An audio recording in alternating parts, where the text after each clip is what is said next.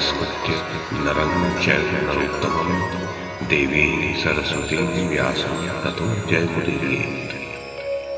ओम नमो भगवते वासुदेवाय, ओम नमः पितामहाय, ओम नमः प्रजापतिभ्यः, ओम नमः कृष्णद्वैपायनाय, ओम नमः सर्वविघ्नविनायकेभ्यः।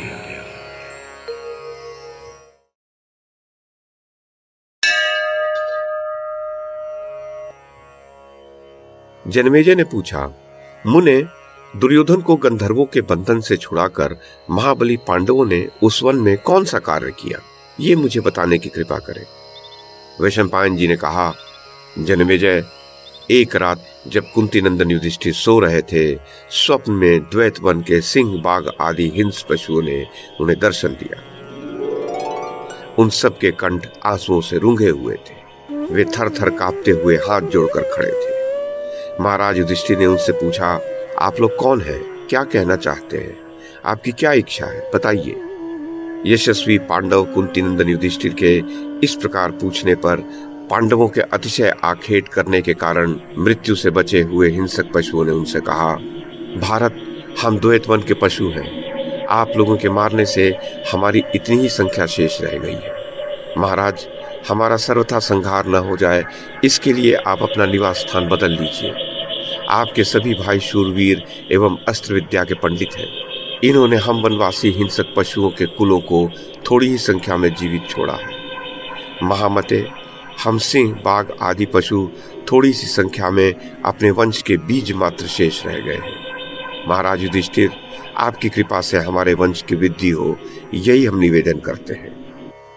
जनमेजय, वे सिंह, बाघ आदि पशु त्रस्त होकर थर थर कांप रहे थे और बीज मात्र शेष रह गए थे।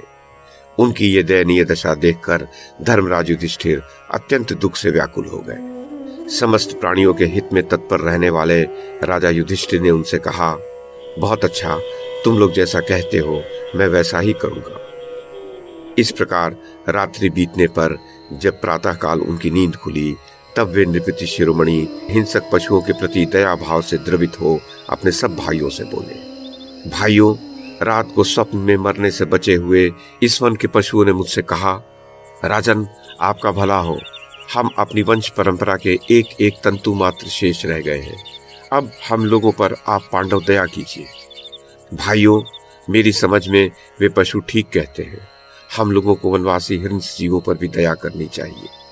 अब तक हम लोगों को इस द्वैत वन में रहते हुए 1 वर्ष 8 मास बीत चुके हैं। अतः अब हम पुनः असंख्य मृगों से युक्त रमणीय तथा उत्तम काम्यक वन में तृणबिंदु नामक सरोवर के पास चले। काम्यक वन मरुभूमि के शीर्षक स्थान में पड़ता है। वहीं विहार करते हुए हम वनवास के शेष दिन सुखपूर्वक बिताएंगे।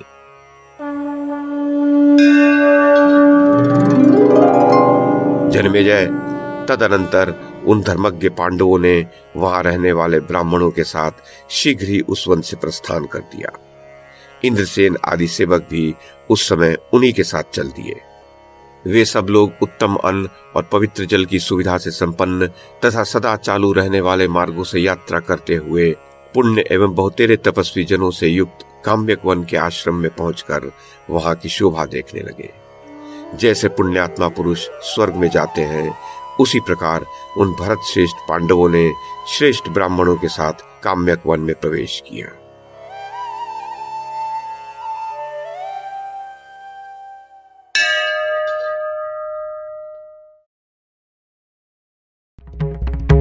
YouTube के माध्यम से महाभारत की कथा को एक श्रृंखला के रूप में प्रस्तुत करने का हमारा ये प्रयास यदि आपको सराहनीय लगा हो तो कृपया इस कड़ी को लाइक और शेयर करें, चैनल को सब्सक्राइब करें और बेल आइकन को दबाएं। साथ में अन्य लोगों को भी देखने के लिए प्रेरित करें। धन्यवाद और नमस्कार।